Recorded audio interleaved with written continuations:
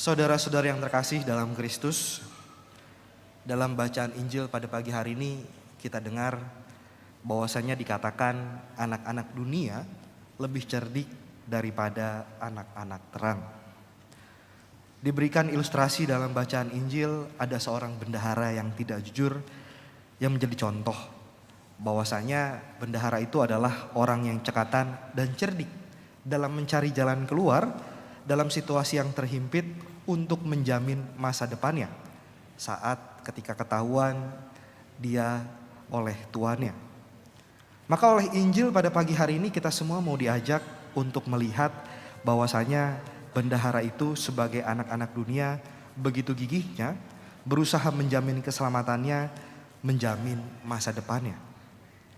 Kita boleh berefleksi bahwasanya dalam perjalanan hidup kita sehari-hari untuk hal-hal yang sementara sifatnya dan bukan hal yang pokok, anak-anak dunia begitu gigih dalam memperjuangkannya.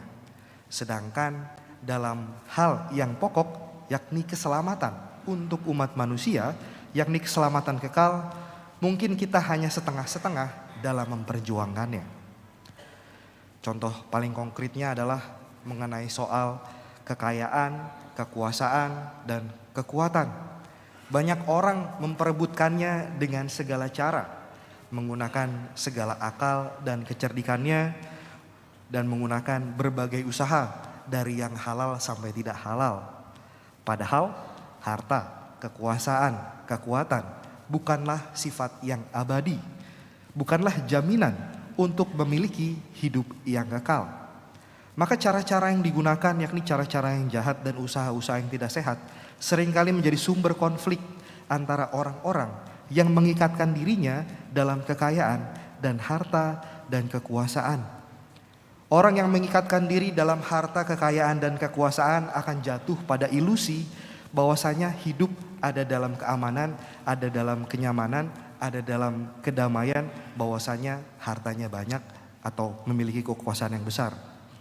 Orang yang mengikatkan diri pada harta dan kekuasaan jatuh dalam ilusi kenyamanan dan keamanan hidup, menjadikan harta sebagai berhala dan akhirnya memutuskan relasi dengan sesamanya.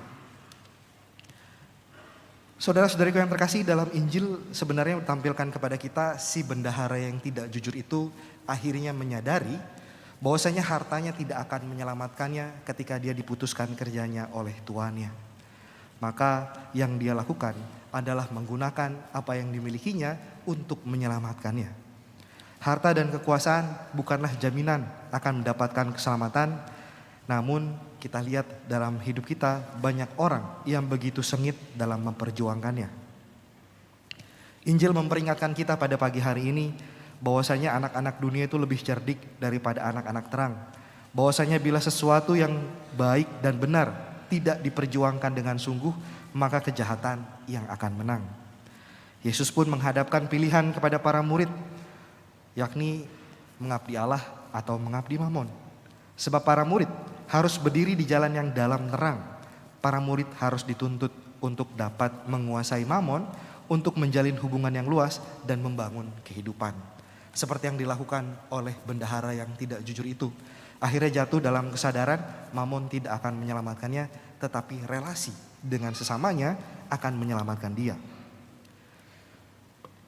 Saudara-saudariku yang terkasih, maka teguran Injil untuk kita pada hari Minggu ini mau mengantarkan kita dalam bijak menggunakan apa yang kita miliki, dalam bijak dalam memperjuangkan apa yang kita punya.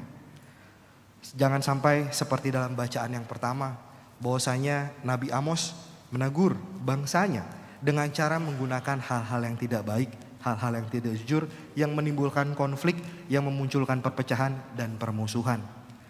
Padahal harapannya dalam bacaan yang kedua, Rasul Paulus adalah agar semua orang diselamatkan dengan kehadiran Kristus. Agar semua orang dapat berdoa kepada Kristus dengan tangan yang bersih, tanpa kebencian, tanpa kedendaman. Semoga kita sebagai pengikut Kristus, sebagai murid-murid Kristus dapat boleh dengan bijak menggunakan apa yang dipercayakan Allah kepada kita, yakni untuk membangun relasi hubungan dengan sesama, membangun kedamaian, membangun ketentraman, sehingga boleh kalau kita setia dalam perkara-perkara yang kecil, dalam soal mamon ini, kita pun boleh setia dalam perkara-perkara besar yang dipercayakan Tuhan kepada kita semua. Tuhan memberkati kita.